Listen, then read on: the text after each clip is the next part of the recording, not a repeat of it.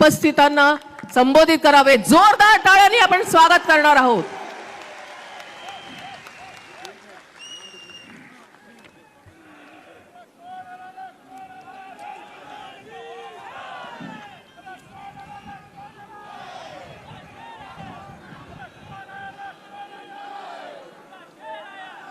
बोलिए भारत माता की, भारत माता की. वीर महाराणा प्रताप अमर रहें, अमर रहें. वीर महाराणा प्रताप, वीर महाराणा प्रताप.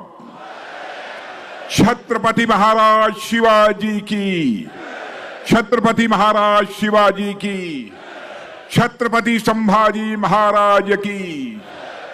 बहुत बहुत धन्यवाद. हमारे महाराष्ट्र के यशस्वी मुख्यमंत्री श्रीमान एकनाथ राव जी शिंदे और मेरे छोटे भाई और यहां के उप मुख्यमंत्री श्री देवेंद्र जी फडणवीस, माननीय Raosaheb Danve, MS railway doctor Bhagwat Karad ji, राज्य मंत्री finance Shri Sandipan ji Bhumre, Shri Atul ji Save, Shri Ambadas ji Danve leader of opposition, Kripa Shankar Singh ji माजी मंत्री, Shri Jay Kumar Rawal MLA and ex minister, Haribhau Bagde MLA, Shri Kishor Aadha Patil MLA, Shri Narayan Kuche, Shri Bela Mahale, Shri Uday Singh Rajput, Shri Prashant Bang MLA और यहां उपस्थित मेरे कुटुंब के मेरे बहनों एवं भाइयों,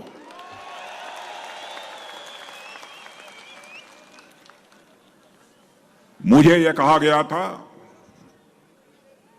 कि महाराणा प्रताप के सम्मान में एक बहुत बड़ी सभा का आयोजन किया जाएगा और इसलिए मुझे आमंत्रित किया गया था. बहनों भाइयों, मुझे यह कल्पना नहीं थी कि इस प्रकार का दृश्य मुझे अपनी आंखों के सामने देखने को मिलेगा.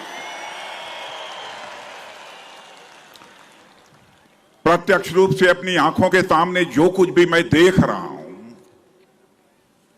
मैं कह सकता हूं कि यह सभा नहीं है, यह समुंदर है, यह समुंदर है मेरे बहनों भाइयों. महाराष्ट्र में आपकी इतनी बड़ी ताकत है, इसके मुझे कल्पना तक नहीं थी. छत्रपति संभाजी इस नगर में आने के बाद मैंने यह फैसला किया कि सबसे पहले मैं जाऊंगा और संभाजी की प्रतिमा पर मैं माल्यार्पण कर हृदय से अपने सम्मान की मैं अभिव्यक्ति करूंगा. मैं महाराष्ट्र के मुख्यमंत्री श्रीमान एकनाथ जी शिंदे, उप मुख्यमंत्री देवेंद्र जी फडणवीस, दोनों को बधाई देना चाहता हूं. बधाई ही नहीं बल्कि आभार व्यक्त करना चाहता हूं. औरंगाबाद का नाम बदलकर आपने छत्रपति संभाजी नगर कर दिया है, इसके लिए आप सब बधाई के पात्र हैं. मैं आपकी सरकार को भी इसके लिए मैं बधाई देना चाहता हूं. यह क्रांतिकारी कदम आपकी सरकार के द्वारा उठाया गया है.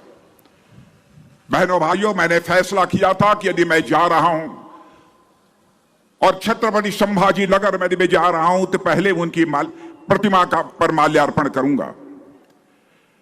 आप सबको मालूम है कि भारत में हिंदवी साम्राज्य की स्थापना करने वाले जननायक छत्रपति शिवाजी महाराज ने शौर्य और पराक्रम की जिस परंपरा का निर्माण किया था, उसे संभाजी महाराज ने बखूबी निभाया है. बाद में यही परंपरा मराठा साम्राज्य के उदय के रूप में मजबूत हुई है और मुझे इस बात की बेहद खुशी है मेरे बहनों भाइयों कि अब औरंगाबाद शहर का नाम संभाजी महाराज के नाम पर कर दिया गया है. और आज जिस महाराणा प्रताप का स्मरण करने के लिए, उनके प्रति अपना सम्मान व्यक्त करने के लिए, उन्हें श्रद्धांजलि अर्पित करने के लिए आप सब यहां एकत्रित हैं, वह महाराणा प्रताप भारतीय इतिहास के एक ऐसे महानायक हैं जिन्होंने अपनी मातृभूमि के मान, सम्मान और स्वाभिमान की रक्षा करने के लिए अपना सर्वस्व न्यौछावर कर दिया था. मेरे बहनों भाइयों, मान सम्मान स्वाभिमान मनुष्य के हृदय की सबसे बलवती भावना होती है। बहादुर आदमी, स्वाभिमानी आदमी अपने जीवन में हर चीज से समझौता कर सकता है, लेकिन स्वाभिमानी यदि इंसान है तो कभी अपने स्वाभिमान से कभी समझौता नहीं कर सकता, भले ही सिर ही क्यों न कटा देना हो। भारत में, इस दुनिया में यदि यह मिसाल देखनी हो तो राणा प्रताप के जीवन इतिहास के पन्नों को पलटकर देखा जा सकता है। यही राष्ट्रीय स्वाभिमान की भावना थी, चाहे वह चंद्रशेखर आजाद रहे हों, सरदार भगत सिंह रहे हों, खुदीराम बोस रहे हों, अशफाकुल्ला खां रहे हों, राणा प्रताप की तरह ही बहनों भाइयों, चंद्रशेखर आजाद इलाहाबाद के कंपनी गार्डन में जब अंग्रेजों के द्वारा उनके ऊपर गोलियां चलाई जा रही थी और गोलियों का जवाब जो अपनी गोली से दे रहे थे, तब उनके रिवॉल्वर में जब अंतिम गोली शेष बची, उन्हें चिंता सताने लगी कि कहीं अंग्रेजियों की रिवॉल्वर की नापाक गोली हमारे सीने में प्रवेश कर हमारे जिस्म को नापाक न कर दे। तो स्वाभिमानी चंद्रशेखर आजाद ने अपने ही रिवॉल्वर की गोली अपने सीने में दाग लेने का काम किया था, तब जाकर यह भारत आजाद हुआ है। यह प्रेरणा महाराणा प्रताप जैसे मनीषियों के द्वारा प्राप्त हुई थी। बहनों भाइयों, मैं यहां पर एक और शख्स का उल्लेख करना चाहता हूं, अशफाकुल्ला खां। 21 साल की जवानी थी, मां कहती थी बेटा शादी कर ले, बहू ला, बूढ़ी हो गई हूं, बहू मेरी देखभाल करेगी, मेरी परवरिश करेगी। लेकिन अशफाकुल्ला राष्ट्रीय स्वाभिमान का धनी, भारत माता के पैरों में पड़ी दास्ता गुलामी की बेड़ियों की काटने की तड़पन थे। जब बराबर मां कहती थी बेटा तुम शादी कर ले, बहू ला, मैं बूढ़ी हो गई हूं, मेरी वह परवरिश करेगी, मेरी देखभाल करेगी। लेकिन अशफाकुल्ला के दिल में तो आजादी हासिल करने की दीवानगी थी। मुस्कुराकर मां के आग्रह को टाल देता था। लेकिन अंग्रेजों की हत्या करने के मामले में जब फांसी की सजा हुई, फांसी के तख्त पर ले जाया गया, तो मजिस्ट्रेट ने पूछा, बोलो अशफाकुल्ला, तुम्हारी अंतिम मुराद क्या है? बहादुर राष्ट्रीय स्वाभिमान का धनी अशफाकुल्ला ने कहा, ऐ मजिस्ट्रेट, जाकर मेरी मां तो मेरा यहां संदेश पहुंचा दे कि तुम्हारा बेटा अशफाकुल्ला आज फांसी के तख्त पर खड़े होकर अपनी शादी रचाने जा रहा है, अपनी निकाह करने जा रहा है, तुम्हारी मुराद पूरी करने जा रहा है।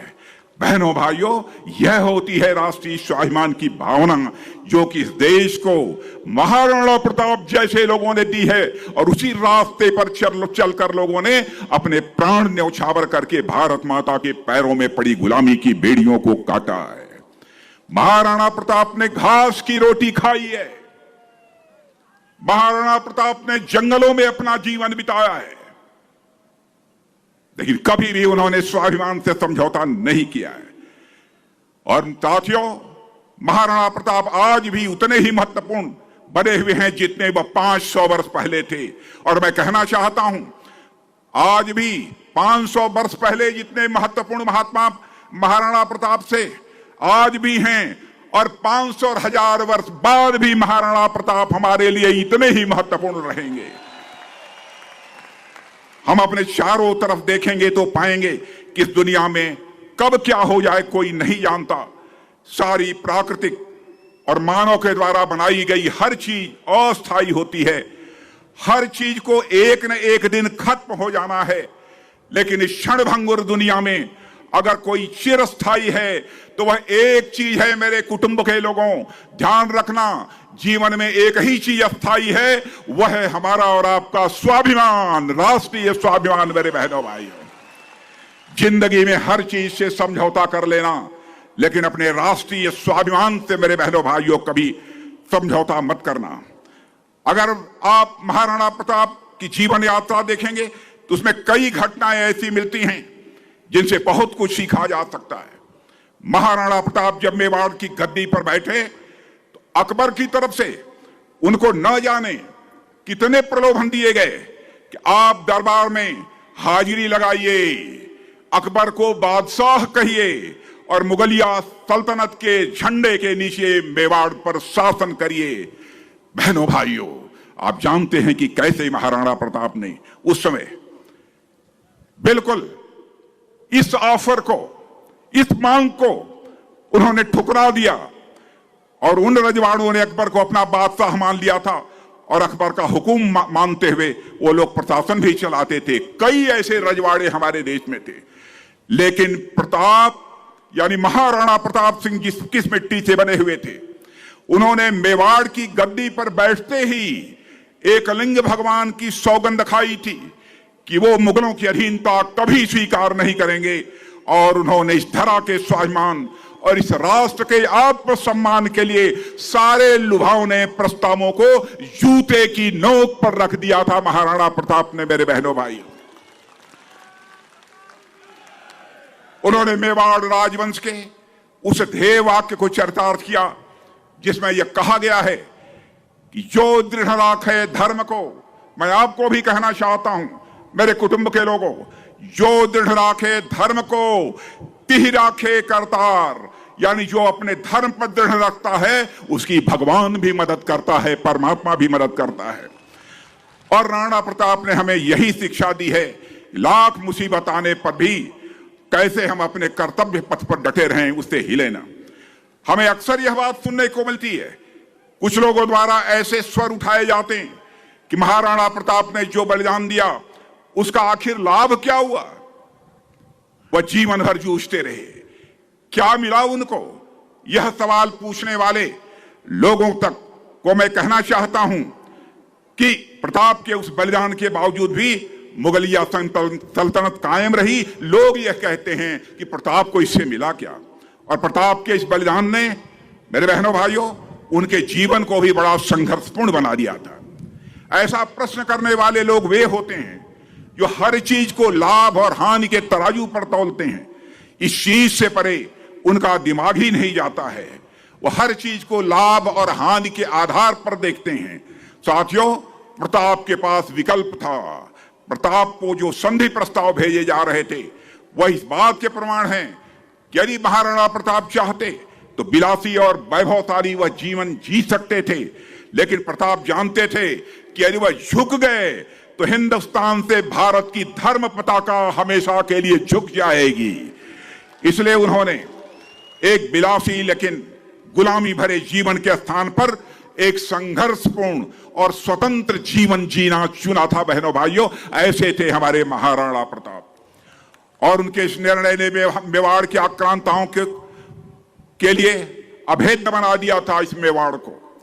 उनके इस निर्णय ने जनता को यह संदेश दिया है, मेरे बहनों भाइयों, कि यदि अपना अस्तित्व बचाए रखना है तो धर्म की डोर पकड़े रहना, कर्तव्य से किसी भी सूरत में विचलित न होना। यदि आप उस दौर में महाराणा प्रताप के समर्पण को ठीक समझ लें तो आप उस दौर में मुगल काल न कहकर, मैं ध्यान से सुनिएगा, मैं फिर से आपको बतलाना चाहता हूं, यदि आप उस दौर में महाराणा प्रताप के समर्पण को ठीक से समझ लें तो आप उस दौर को मुगल काल न कहकर महाराणा काल कहेंगे। मेरे बहनों भाइयों, महाराणा काल कहा जाएगा। अपनी मातृभूमि के प्रति ऐसा समर्पण, अपने धर्म के प्रति ऐसी अगाध श्रद्धा विरले ही देखने को मिलती है। और आज आप देख सकते हैं कि मेवाड़ में आज भी महाराणा प्रताप की पीढ़ी के प्रतिनिधि हैं, जबकि आक्रांताओं की पीढ़ियों का कोई नामो निशान नहीं है। हमें किसी स्थान पर इस पूरे भारत में नहीं मिलता है। प्रताप के उस निर्णय ने प्रताप के प्रताप को हमेशा हमेशा के लिए अमर कर दिया है। मेरे बहनों भाइयों, ऐसे अनेक उदाहरण हमको इतिहास में देखने को मिलते हैं जहां फौरी तौर पर जीत नहीं दिखाई देती है, लेकिन वह हार एक बड़ी विजय के लिए नींव तैयार कर देती है। कहने वाले यह भी कहते हैं कि क्या आवश्यकता थी भगत सिंह को क्रांतिकारी बनने की। भगत सिंह चाहते तो आरामदायक जीवन जी सकते थे, वे चाहते तो कोई नृप हो ये हमें क्या हानि जैसे भाव के साथ भी जी सकते थे। यानी सत्ता किसी की भी हो, हमें फर्क क्या पड़ता है, लेकिन उन्होंने ऐसा नहीं किया। उन्होंने मातृभूमि को स्वतंत्र कराने के लिए अंग्रेजों के विरोध का ही रास्ता उन्होंने चुना बहनों भाइयों। और इस रास्ते पर भगत सिंह ने देश के लोगों में आजादी के प्रति जो अलख जगाई, उससे आप अच्छी तरह परिचित हैं। ऐसा ही एक उदाहरण कुछ समय पहले आई महाराणा नामक एक पुस्तक में भी हमें देखने को मिलता है। इसमें एक लेखक, एक राइटर लिखते हैं, एक बार ऐसी अफवाह उड़ा दी गई कि महाराणा प्रताप ने अकबर के सामने समर्पण कर दिया है। यह अफवाह अपने आप में इतनी बड़ी बात थी कि उस समय के बीकानेर के राजा ने महाराणा प्रताप को यह लिखकर पूछा कि हे प्रताप, क्या सच में आपने आत्मसमर्पण कर दिया है? क्या सच में सूर्य पूरब के बजाय पश्चिम से उग चुका है? साथियों, उस पर महाराणा प्रताप ने बीकानेर के राजा को पत्र लिखकर जवाब दिया था कि भगवान एकलिंग जी की कृपा से जब तक प्रताप के शरीर में प्राण है तब तक प्रताप की तलवार यवनों की गर्दन पर रहेगी। इसलिए आप निश्चिंत रहिए, सूर्य अभी पूर्व से ही उदय हो रहा है और आगे ही यह सूर्य बराबर पूरब से ही उदय होगा। यह महाराणा प्रताप ने कहा था।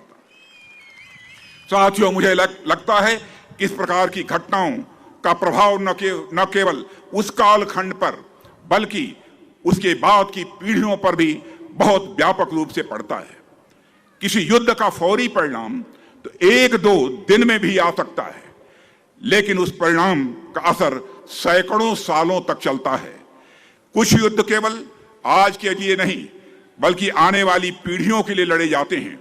उसी प्रकार महाराणा प्रताप का जो स्वतंत्र रहने का निर्णय था, उसे लाभ हानि के तराजू पर मेरे बहनों भाइयों नहीं तोला जा सकता है, बल्कि इसे उस रूप में देखना चाहिए कि उस निर्णय का देश की जनता के ऊपर क्या प्रभाव पड़ा था। मेरे कहने का आशय यह है कि राजा का जैसा आचरण होता है, प्रजा भी वैसे ही आचरण का अनुसरण करती है, फॉलो करती है। इसलिए महाराणा प्रताप ने अपने आचरण से, अपने निर्णयों से अपनी जनता को मार्ग दिखाया है, जिस पर हम आज भी चलने का प्रयास कर रहे हैं। आप सोच कर देखिए, हम एक राष्ट्र के रूप में कितने भाग्यशाली हैं।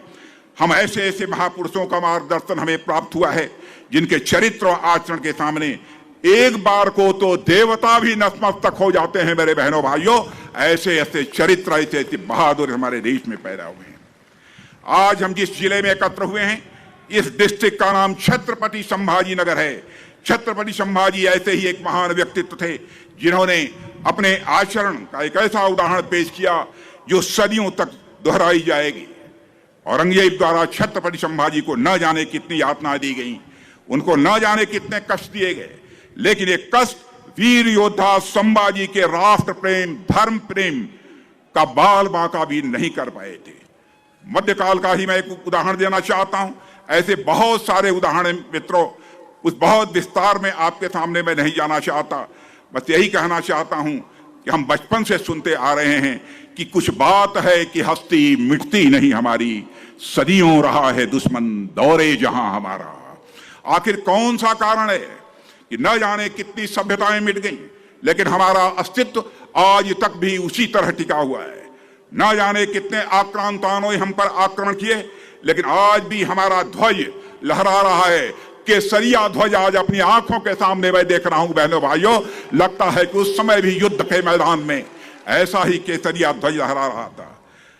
आज यह जो हमारी हस्ती अभी तक बची हुई है और यह जो हमारी सभ्यता अभी तक फल फूल रही है, इसका सिर्फ एक ही कारण है कि हमारी इस मातृभूमि ने ऐसे ऐसे लाल पैदा किए हैं, जिन्होंने मातृभूमि को हर सुख सुविधा से ऊपर रखा है और अपनी शौर्य और पराक्रम से अपनी मातृभूमि, अपनी संस्कृति की बराबर उन्होंने रक्षा की है। मेरे बहनों भाइयों, हम वह मूल्य मैं कहना चाहता हूं, हमारी संस्कृति, हमारी भारतीयता यदि बची है तो ऐसे महापुरुषों के कारण ही बची है। महाराणा प्रताप जैसे महापुरुषों के कारण, छत्रपति महाराज शिवाजी जैसे महापुरुषों के कारण, संभाजी महाराज जैसे महापुरुषों के कारण भारतीयता से मेरा आशय उन मूल्यों से है जो एक व्यक्ति के तौर पर हम सभी भारतीयों में विरासत के रूप में मिलती है। वह मूल्य जिसे हमें महिलाओं व बुजुर्गों का सम्मान करना सिखाता है, जिसे हमें बताया जाता है कि देश का हित सर्वोपरि होता है। और इन मूल्यों को पीढ़ी दर पीढ़ी तक पहुंचाने में इन महापुरुषों का बहुत ही योगदान है। और मेरे बहनों भाइयों, यह उन महापुरुषों की ही जलाई हुई ज्योति है जिससे अभी तक भारतीय सभ्यता को प्रकाश मिल रहा है। और इन महापुरुषों के बलिदान के कारण ही हम सनातन धर्म बन पाए हैं और इसके कारण भारतीयत्व जीवित रहा है। और इसी भारतीयत्व ने समय समय पर दुनिया को अपने ज्ञान की रोशनी दी है। मेरे बहनों भाइयों, इसलिए मैं आज आपसे कहना चाहता हूं कि महाराणा प्रताप की जीवन गाथा के पन्नों को पलट कर देखिए। ऐसे छत्रपति महाराज शिवाजी के जीवन के इतिहास के पन्नों को पलट कर देखिए। छत्रपति संभाजी महाराज के जीवन को पन्नों पलट कर देखिए। बहनों भाइयों, मनुष्य के जिंदगी में स्वाभिमान से बड़ी चीज कोई नहीं होती है। हल्दी घाटी में कैसा करिश्मा किया था महाराणा प्रताप ने, मैं बहुत विस्तार में नहीं जाना चाहता हूं, लेकिन मैं कहना चाहता हूं आज भी चाहे हल्दी घाटी हो, चाहे हमारी गलवान घाटी हो, बहनों भाइयों, भारत का मस्तक न झुका है न कभी झुकने पाएगा। आपको विश्वास दिलाता हूं, भारत का मस्तक न झुका है न कभी झुकने पाएगा। और मैं कहना चाहता हूं, जो कुछ भी हमारे पड़ोसी देश के साथ हुआ था गलवान घाटी में, उससे आप अच्छी तरह परिचित हैं। पड़ोसी देश चीन है, लेकिन हमने तो डंके की चोट पर कह दिया था। हमारे प्रधानमंत्री मोदी जी ने भी कहा था कि राजनाथ सिंह जी आप बोलो, डंके की चोट पर कोई फर्क नहीं पड़ता, कि हम किसी को छेड़ेंगे नहीं, यदि हमें कोई छेड़ेगा तो हम उसे छोड़ेंगे भी नहीं। यही हमारा संकल्प है। यही प्रेरणा तो हमें महाराणा प्रताप के द्वारा प्राप्त हुई है। यही प्रेरणा तो महाराणा प्रताप का जीवन इतिहास हमको देता है। मेरे बहनों भाई, इतना ही नहीं, मैं बतलाना चाहता हूं, जो कुछ भी है हमारे प्रधानमंत्री का भी सीना, बहनों भाइयों, 56 इंच का है। इसलिए हम आपको यकीन दिलाना चाहते हैं कि आपका कभी मस्तक हम लोग नहीं झुकने देंगे। हम लोगों ने तय किया है। मैं संरक्षण मंत्री हूं। सचमुच मुझे अजीबोगरीब लगता था जब मैं यह सुनता था कि भारत के सेना के जवानों के हाथों में राइफल, टैंक, गोले, बारूद, मिसाइल ये दुनिया के दूसरे देशों से बनकर आते थे। कैसा स्वाभिमान था। हमारे प्रधानमंत्री ने फैसला किया कि अब चाहे टैंक होंगे, बम होगा, गोले होंगे, टैंक होगा, मिसाइल होगी, अब हम दुनिया के दूसरे देशों से नहीं बनाएंगे, बल्कि हमारे भारत की धरती पर बनेगा, भारतवासियों के हाथों से बनेगा। बहनों भाइयों, भारत को हम आत्मनिर्भर बनाने का हम संकल्प ले चुके हैं। भारत आत्मनिर्भर बनेगा। 2014 के पहले दुनिया के देशों को हम केवल 900 करोड़ रुपए का एक्सपोर्ट करते थे। आज आप जैसे अपने कुटुंब के स्वाभिमानी लोगों के सामने आज ये बतलाने आया हूं मेरे बहनों भाइयों, 2014 में जहां 900 करोड़ रुपए के हथियारों का एक्सपोर्ट करते थे, आज हम 16,000 करोड़ से अधिक रुपए का एक्सपोर्ट दुनिया के दूसरे देशों को कर रहे हैं। अंतर्राष्ट्रीय जगत में भारत का कद ऊंचा हुआ है। यह बात मैं नहीं कर रहा हूं, इंटरनेशनल मॉनेटरी फंड के लोग भी कहते हैं, वर्ल्ड बैंक के लोग भी ये कहते हैं, भारत का मस्तक सारी दुनिया में ऊंचा हुआ है, भारत का कद बढ़ा है। पहले भी मैं विदेशों में जाता रहा हूं, आज भी विदेशों में जाता हूं। पहले मैं देखता था इंटरनेशनल फोरम पर, अंतर्राष्ट्रीय मंचों पर भारत कुछ बोलता था तो दुनिया भारत की बातों को ध्यान से नहीं सुनती थी, कहती थी भारत तो कमजोर देश है, सुनो न सुनो कोई फर्क नहीं पड़ता है। लेकिन बहनों भाइयों, सीना ठोक कर कह सकते हो, आज अंतर्राष्ट्रीय मंचों पर भारत कुछ बोलता है तो दुनिया कान खोलकर सुनती है कि भारत बोल क्या रहा है। यह है महाराणा प्रताप का भारत, यह है महाराणा प्रताप का भारत। और आप लोगों ने कैसा 56 इंच चौड़े सीने का प्रधानमंत्री दे दिया है।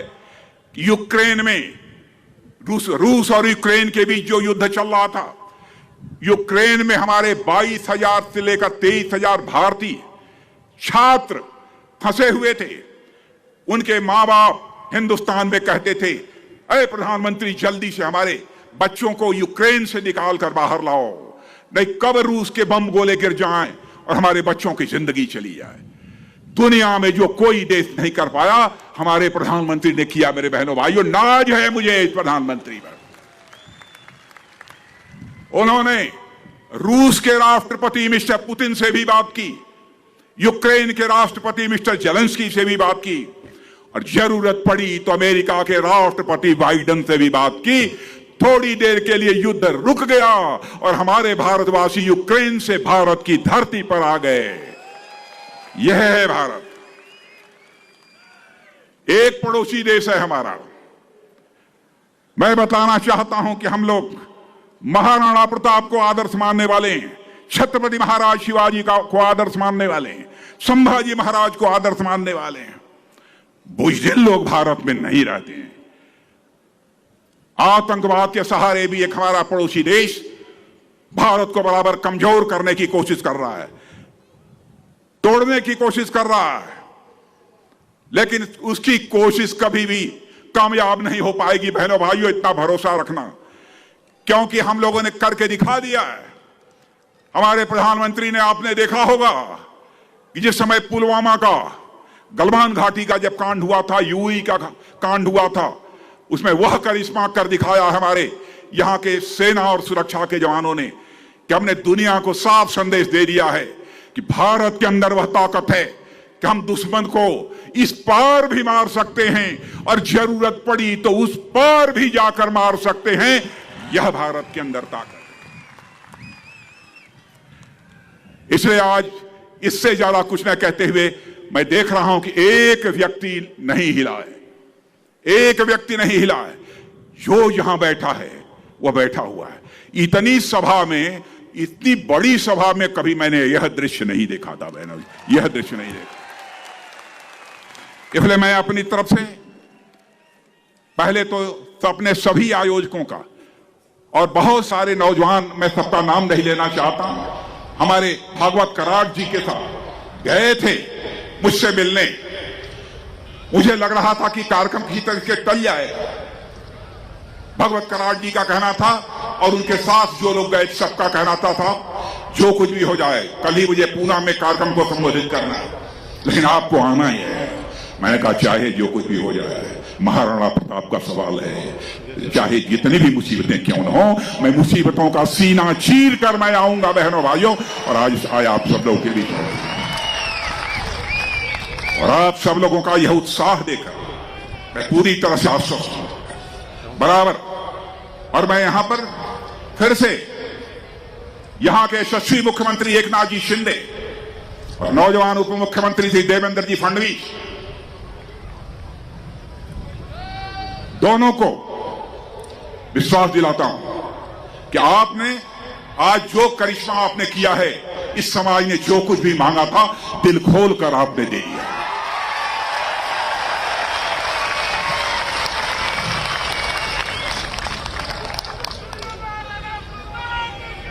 मैं इतना कहना चाहता हूं, जो लोग यहां पर बैठे हैं कभी एहसान फरामोश नहीं हो सकते बहनों भाइयों। यदि किसी ने एहसान किया है तो जरूरत पड़ने पर उसके लिए गर्दन कटा देते हैं। ऐसे लोग यहां पर बैठे हुए हैं। आज के इस अवसर पर इससे ज्यादा कुछ न कहते हुए मैं पुनः वीर महाराणा प्रताप की स्मृति को नमन करते हैं और साथ ही आप सब